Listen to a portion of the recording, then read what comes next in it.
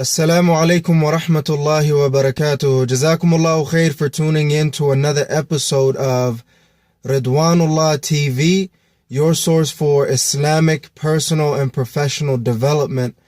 I'm your host and coach Hussein Muhammad, working to help you maximize the pleasure of Allah subhanahu wa ta'ala in every area of your life, in this dunya and in the akhirah, by the grace, will, and for the pleasure of Allah subhanahu wa ta'ala. I have a very, very special episode, bi'idhnillahi ta'ala, and I want to dive into inner conflicts. It might be something new to you. It might be intuitive to you. It might be, an eye-opening episode for you. But in either case, all praise and thanks are due to Allah subhanahu wa ta'ala, our creator, owner, and sustainer. And may the peace and blessings of Allah subhanahu wa ta'ala be upon the most esteemed leader and most honorable teacher, Muhammad sallallahu alayhi wasallam, his family, his companions, and those who follow him until the day of judgment. Allahumma ameen. Allah subhanahu wa ta'ala is the one who's worthy of all worship, all praise, the one that we can directly connect to and worship without any partners or intermediaries or intercessors. For Allah subhanahu wa ta'ala is all glory. With Allah subhanahu wa ta'ala is all glory. And we shall seek that glory from Allah subhanahu wa ta'ala. So with that being said, this episode, I honestly took a long time planning and preparing for it and figuring out the message that I wanted to get across. And there's been so many thoughts that came through my mind. And so many battles, right? The back and forth, the uncertainty, the fear, the everything that you could possibly have imagined is something that I've pretty much thought about. So with that being said, the conclusion that I came up with for anybody who's watching, any of the viewers who like the video, who comment and subscribe and share it with their family and friends, those supporters, the Ridwanullah family, the Ridwanullah maximizers, and the Ridwanullah ummah that we're trying to get to. I really thought, what is the most beneficial thing that I can deliver on today? I've kind of went on a whirlwind, but I realized, one of the most important messages that I could shed light on today is inner conflicts. Now, inner conflicts are the things that are basically holding you back from where you want to be in terms of your vision, your goals and dreams. It is everything that you could imagine that is keeping you stuck, that is holding you back, that is keeping you in place, that is stopping you from taking action, that is going to produce the results that you want in this dunya and in the akhirah. So there's an endless list, and I'm just trying to give you a few that I've encountered and witnessed in myself and other people. Some of the inner conflicts is fear, right? The fear that we have of whatever it may be, physical, spiritual, financial, family-wise, the ummah, work, finances, whatever, all these elements. And then the other one would be uncertainty, not knowing anything about where you're headed. Maybe it's something new. Maybe you've never been there before. Maybe, you're there with something new, a different challenge. Another one would be self-sabotage, when you're beating yourself up about something that you've either done or didn't do or wanted to do or something along those lines. And what else? Just misalignment, feeling like something is missing, feeling incomplete, feeling unworthy, feeling insecure, feeling or thinking or believing that you can't do what you want to do. Lack of direction, lack of uncertainty, indecisiveness. What else? All these other elements. There's so much and so many to kind of think about and go through. But It's that fear, that uncertainty, that doubt, that confusion, that feeling of incompleteness. All of these elements are a part of the inner conflicts. And once you resolve these inner conflicts within yourself, then it is as if you have unleashed the beast in you. It is as if you are ready to take on the world. Anything that you set your mind to will be achieved. You are aligned. You are congruent. You are ready to take on the world in ways that are profound. That is inner conflicts and the resolving of inner conflicts. So between where you are and your goals and dreams and your vision is inner conflict, is this tug of war that is happening within yourself, within your soul, within your heart, within your mind. So for me, it's hard trying to explain this, because it took me a long time to be able to understand what this really means, what it really is, and how to overcome it, and how to keep going, and how to keep pushing through it, and how to not make it lose the hair and wrinkles and everything else that could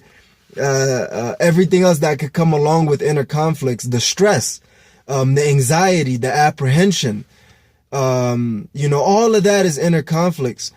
There's a lot of theological, deep-rooted information that I believe is part of the reason why.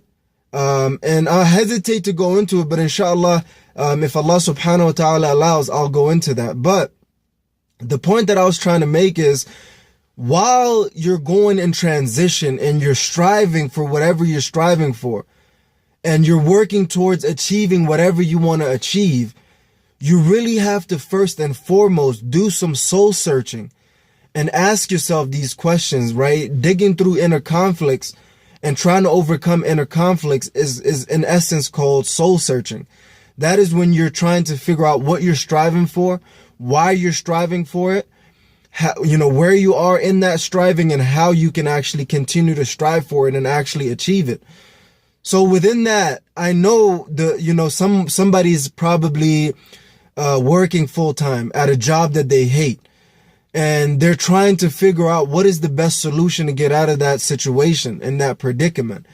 And somebody is getting their PhD, or they're getting their MBA, or they're getting their bachelor's, or whatever degree that you might be. And it feels like you're stepping out into the world for the first time all over again. You don't know where you want to go.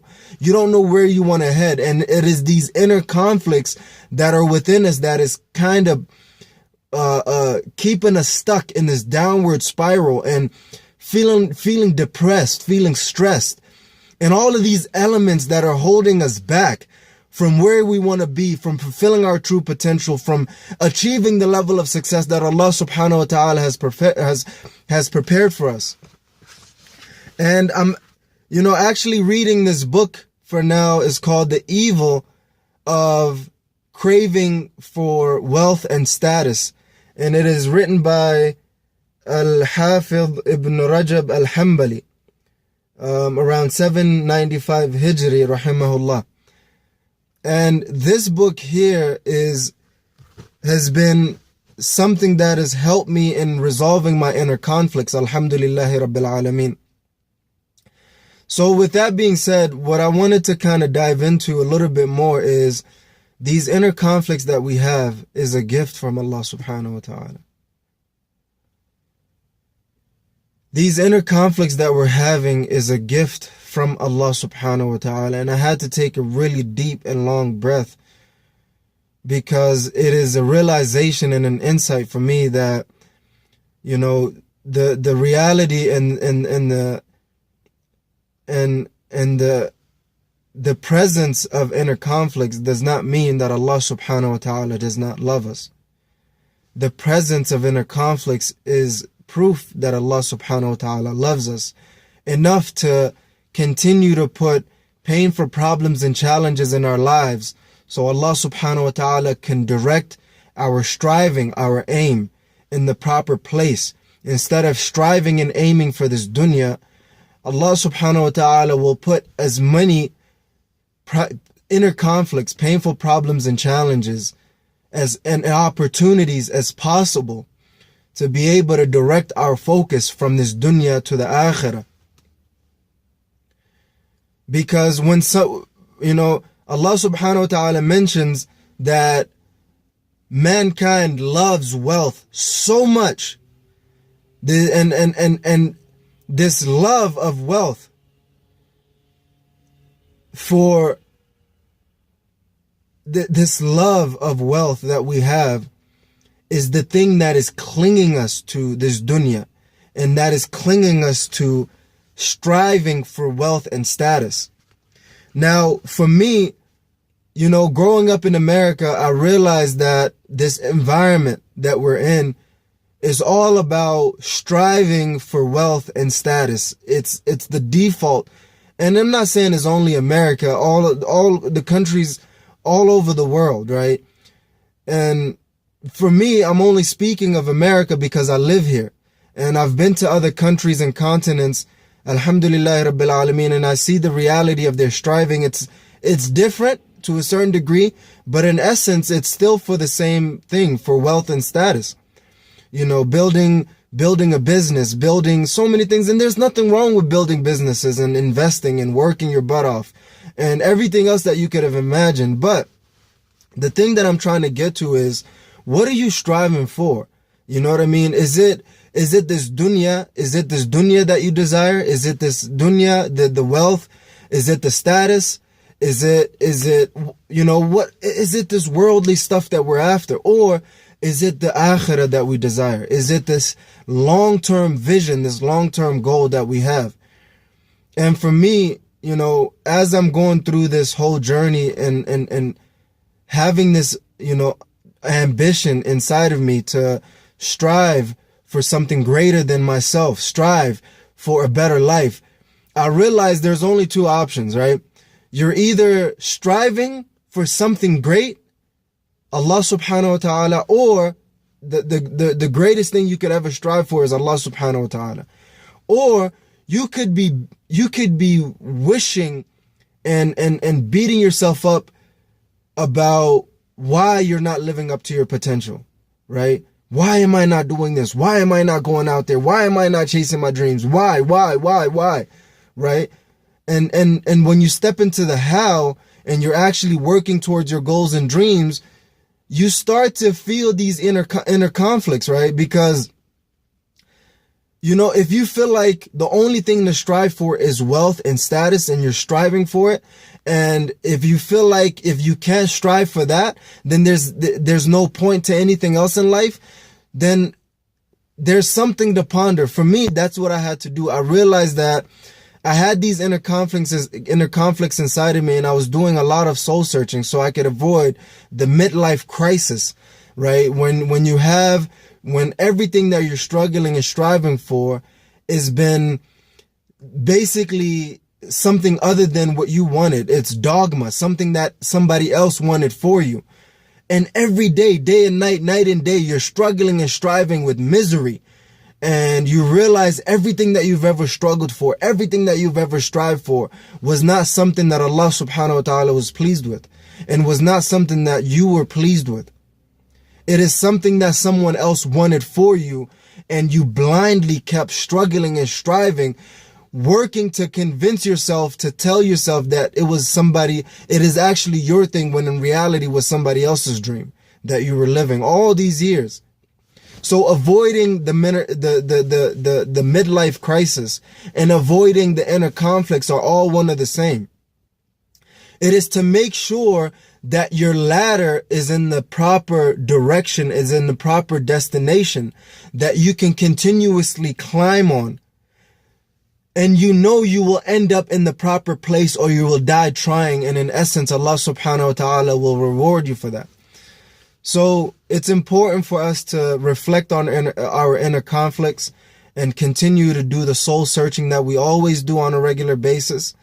And, for me, some of my biggest struggles is, as I continuously take on the next steps of my journey to maximizing the pleasure of Allah subhanahu wa ta'ala in every area of my life, there's a lot of inner conflicts on a interpersonal level as well as the external level. For me, the biggest inner conflict that I have internally is, I know Allah subhanahu wa ta'ala has put these needs inside of us in terms of, striving and wanting to be significant, wanting love, and all of these needs of the soul, finding connection, growth and contribution into our ummah, striving for the pleasure of Allah subhanahu wa ta'ala, all of these elements. A lot of people are meeting their spiritual, physical, and financial needs in a negative way. And a lot of other people are meeting their spiritual, physical, financial needs in a positive way, in a way that is within the boundaries, rules, and regulations of Allah subhanahu wa ta'ala. And for me, one of my biggest struggles has been, purifying my intentions and sincerity.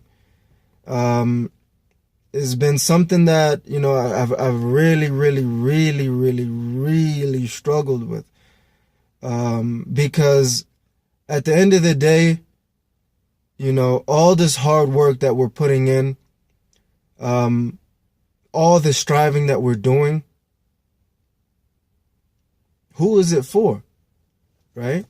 You ask yourself, you're working so hard night and day. Who are you striving for?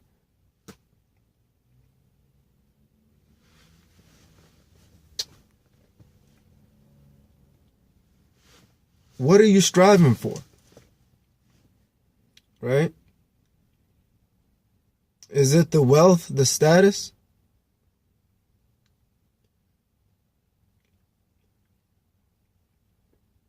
Is it to be, some of the best people according to other people? Or are we striving for Allah subhanahu wa ta'ala?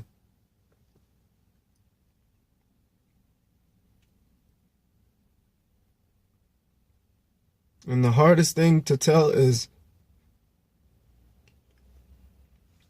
if your intentions are pure, if you are sincere,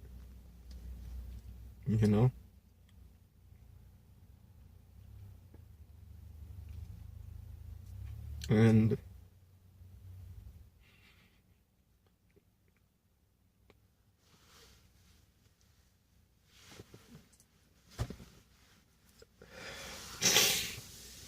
I think at the end of the day, only Allah subhanahu wa ta'ala can judge that. At the end of the day, other people could judge your intentions and sincerity as much as they want. You can judge your sincerity and intentions and sincerity as much as you want. But at the end of the day, it is what Allah subhanahu wa ta'ala thinks and knows and believes and judges about your intentions and sincerity that matters. And for the longest time, some of the things that I wanted to do, I couldn't do because I was afraid that other people would judge my intentions, and I didn't even know what my intentions were. And I didn't know if Allah subhanahu wa ta'ala was pleased with whatever I was doing or wanted to do.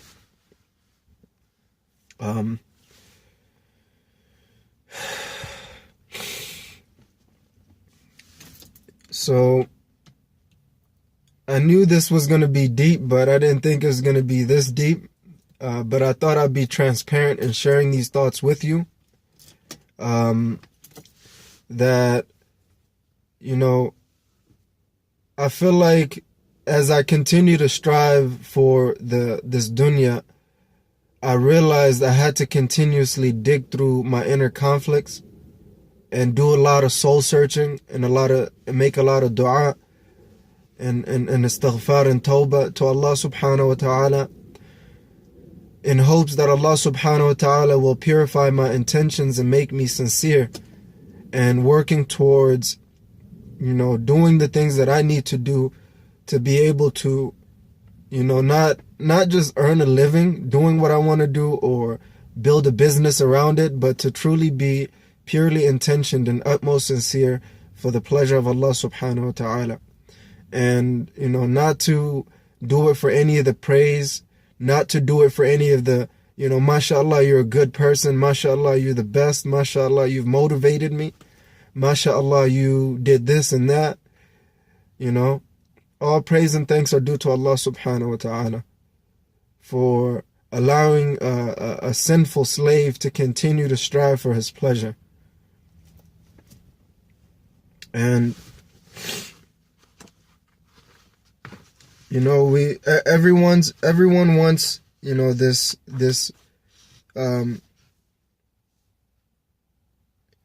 this honor, power, and glory. And Allah subhanahu wa ta'ala mentions beautifully, Man kana yuridu al-'izza falillahi al-'izzatu jami'a. Whoever desires honor, power, and glory, then to Allah belong all honor, power, and glory. If you strive to be a slave of Allah subhanahu wa ta'ala, everything on earth is designed to serve the slave of Allah subhanahu wa ta'ala. But if you decide to be a slave to business, to wealth, to family, to the gym, to wife, to work, to whatever else it may be out there, then understand that you've given yourself as a servitude, as a servant, as a slave to those elements. But whoever decides to become a slave of Allah subhanahu wa ta'ala will be amongst those who will be honored with power and glory by the will of Allah subhanahu wa ta'ala. So I hope that I shed some light on the inner conflicts, and that this is the thing that is standing in between us and where we want to be. And working towards striving for Allah subhanahu wa ta'ala is the conclusion in every possible way, through, whatever you're doing with your life, in every area of your life. You really have to continuously work towards pleasing Allah subhanahu wa ta'ala. And nothing else is worthy of your striving. Nothing else is worthy of your struggle. Nothing else is worthy. Nothing. And coming to that realization, in the back of my mind, we know it. We might not believe it, and even when we believe it, it might not be apparent in our priorities and our actions, and everything else that we do. And I continuously ask myself, why am I doing these videos? Am I doing it for the wealth and status, which is something that I despise? But I feel like it is a necessity in terms of getting the message out there. And even when I pass away, I feel like this is my sadaqatul jariyah, that Allah subhanahu wa ta'ala will continue to increase my good deeds and hopefully eliminate my bad deeds, and continue to do the business, the investments, the work, all the elements of this dunya, but within the boundaries, rules, and regulations of Allah subhanahu wa ta'ala.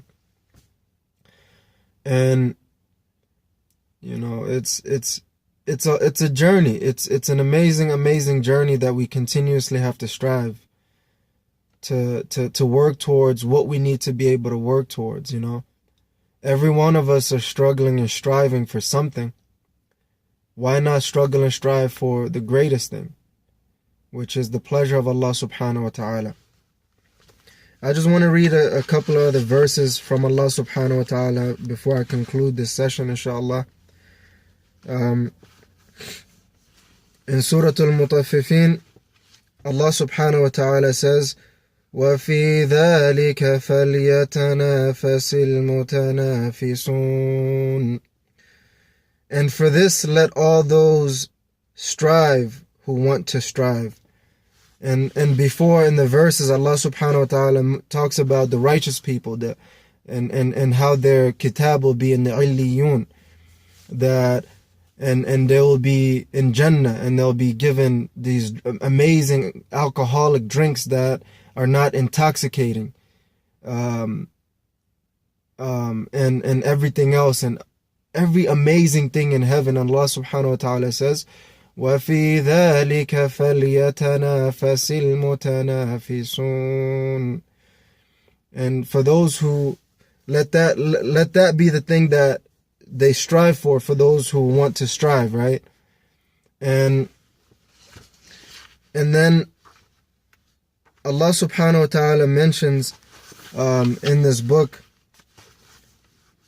that I was reading from the Quran, when when they were highlighting the thing that is causing this unquenchable desire and love for this dunya and the wealth and the status and the fame and everything else that comes along with that. It said, it is the desire that we have that is causing us to love this dunya, that is causing us to strive for wealth and status. And the sad thing is, those who are following their desires and loving this dunya and continue to strive for wealth and status, they are the most deprived of living the beautiful life. Because every single day they're engaged in business and wealth and striving and struggling for leadership and status and everything else that you can imagine.